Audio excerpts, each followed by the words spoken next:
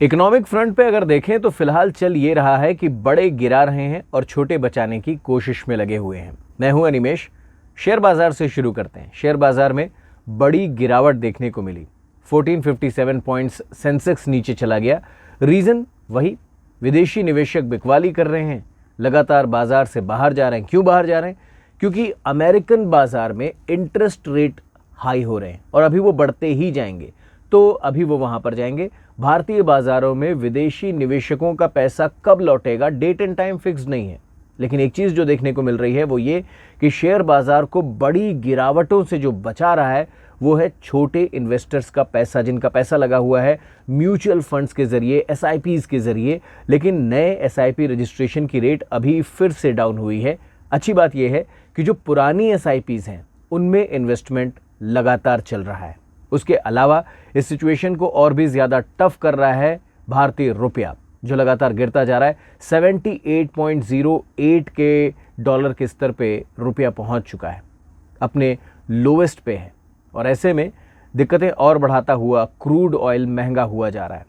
एक एस्टिमेट था एक्सपर्ट्स का कि $110 पर बैरल ये क्रूड ऑयल का एक न्यू नॉर्मल होगा, लेकिन पिछले कुछ दिनों से $120 पर बैरल ये क्रूड ऑयल का न्यू नॉर्मल नजर आ रहा है। एक्सपर्ट तो ये भी बता रहे हैं जिस तरीके की सिचुएशन है, जिस तरीके से रशिया का क्रूड ऑयल रोका जा रहा है और आगे रोका भी जाएगा, ये $150 पर बैरल तक भी जा सकता है।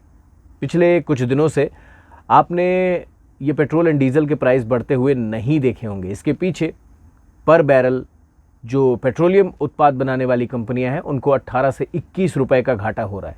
वो घाटा कब तक उठाएंगी? वो घाटा कब तक आम जनता पे ट्रांसफ़र नहीं होगा? और अगर ट्रांसफ़र हुआ तो उसके कैस्केडिंग इफेक्ट्स क्या होंगे? ये सवाल अभी हम सबके ज़हन में है।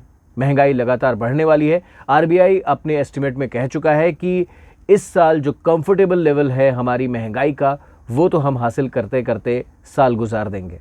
तो ये साल बहुत टफ रहने वाला है। अलावा उसके एक और सिचुएशन जो इस करेले को नीम पे चढ़ा रही है वो है बॉन्ड यील्ड।